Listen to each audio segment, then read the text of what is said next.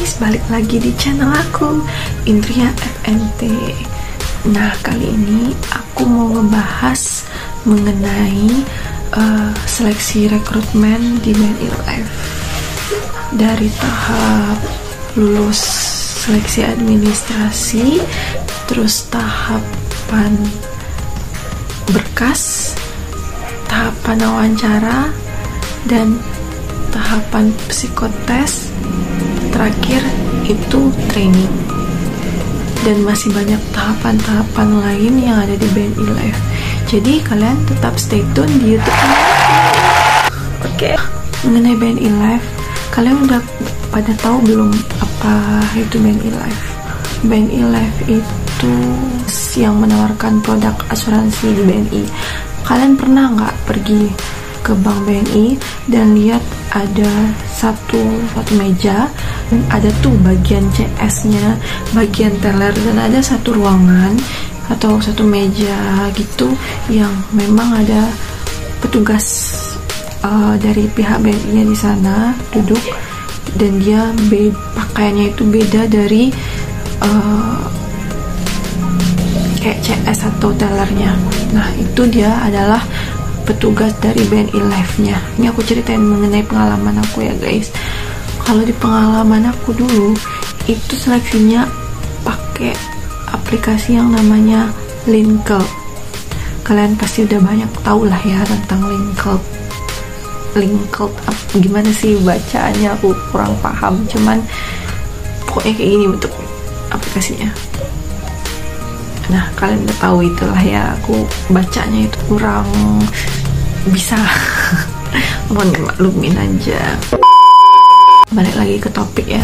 Terus kebetulan waktu itu ada lewat info mengenai BNI Live, kalau aku apply CV aku ke BNI Live, dan 4 harian gitu aku keterima. Maksudnya itu untuk berkas yang itu aku keterima, dan aku dapat email dari BNI Live-nya. Nah, tahap selanjutnya itu adalah psikotes, tes kepribadian gitu guys. Nanti kita akan dikasih sebuah link, pokoknya nanti dia kasih link, dan nanti kita di situ login, udah dikasih user sama passwordnya juga. Habis itu kita psikotes, dijadwalkan psikotesnya. Kemarin itu aku dapatnya 2 hari setelah aku baca email. Nah, setelah kalian ikut psikotes, kalau kalian berhasil menjawab semua tes yang ada di situ, ada tesnya itu yang pertama nebak gambar gitu guys. Jangan lupa kalian on time untuk ikut psikotesnya guys. Kalian searching aja di YouTube, itu banyak kok kunci jawaban untuk psikotes. Lebih kurang bentukan soalnya kayak gitu rata-rata. Nah, yang bagian tes keduanya itu psikotes tentang diri kalian sendiri. Gimana kepribadian kalian, pokoknya tentang pribadi kalian lah. 2 tes itu yang akan kalian hadapi pas psikotes di BNI Live.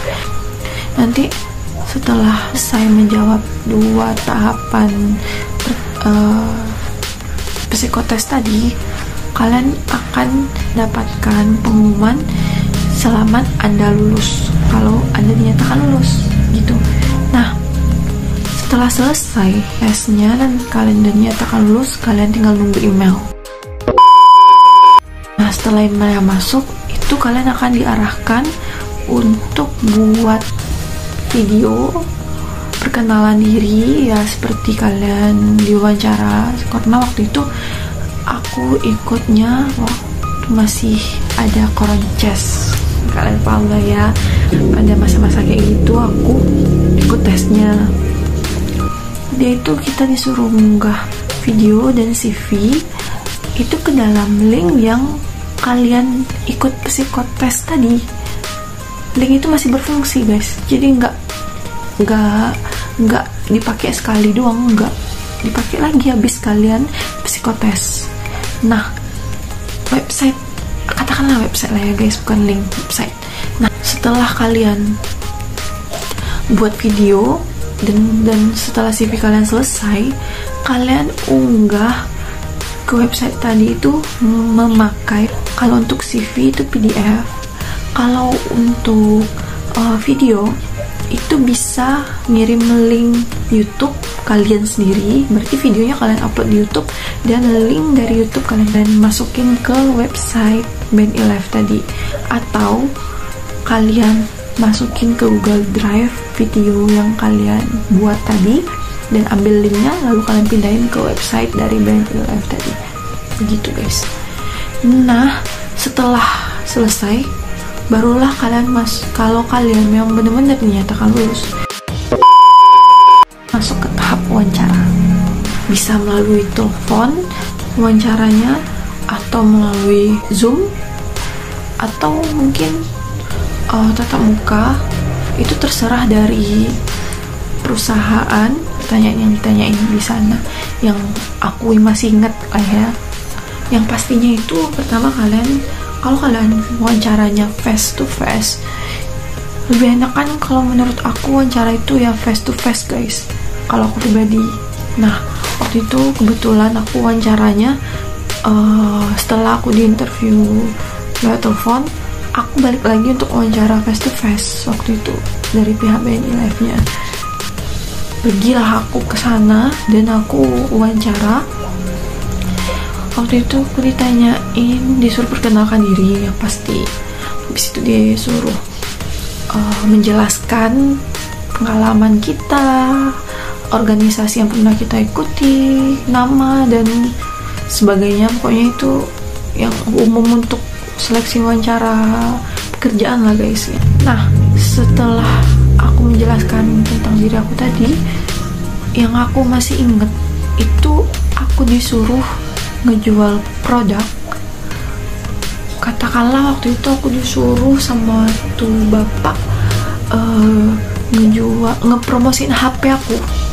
Ingat banget aku waktu itu aku disuruh ngepromosin HP aku sendiri ke beliau.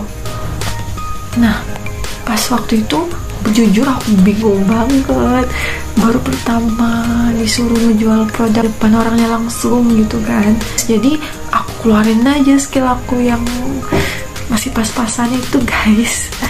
Tahapan selanjutnya itu kalian masuk ke pemberkasan. Untuk tahap pemberkasan itu kalian akan dikasih ini guys, form gitu. Ini yang pertama form surat pernyataan dan formulir data pelamar ini. Nah, setelah kalian ngisi data ini, biasanya dari pihak Band11 itu minta di scan dan dikirim ke mereka. Biasanya mereka ngirimnya itu paling lewat WA karena kalian udah lulus ke tahapan selanjutnya. Setelah itu kalian masuk ke tahapan training. Waktu itu aku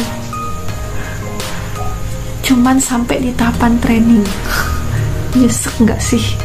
2 minggu kalian training guys. Saat itu guys, kalian bakal dikasih arahan untuk trainingnya, kayak pakaian dan juga di situ kalian udah digaji guys.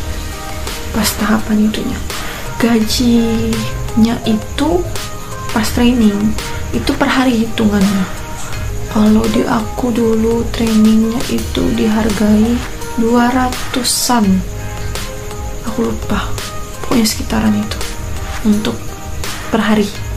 Kira-kira dapat 1 juta lebih selama 2 minggu, kecuali Sabtu dan Minggu. Berarti berapa hari itu?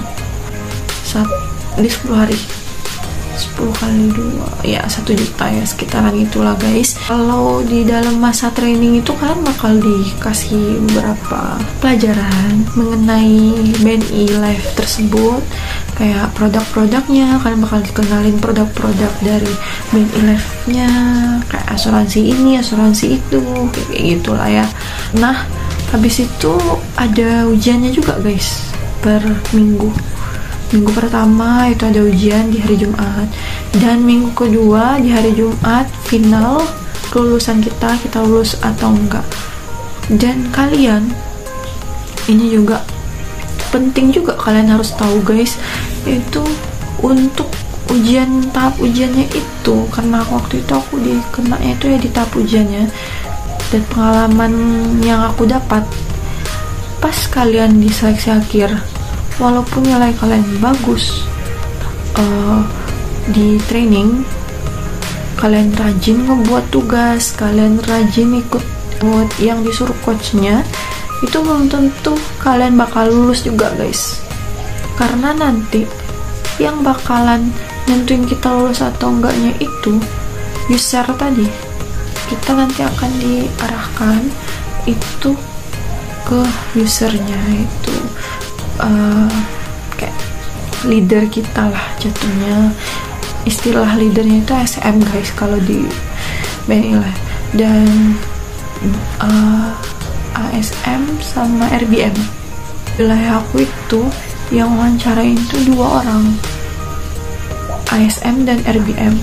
Untuk posisinya itu RBM dan ASM lebih tinggian RBM daripada ASM. Jadi kalau kalian bener mau join di BNI Live, saran dari aku, kalian bener-bener harus fokus dan bener-bener harus nguasain produk dan latih diri kalian untuk banyak berbicara.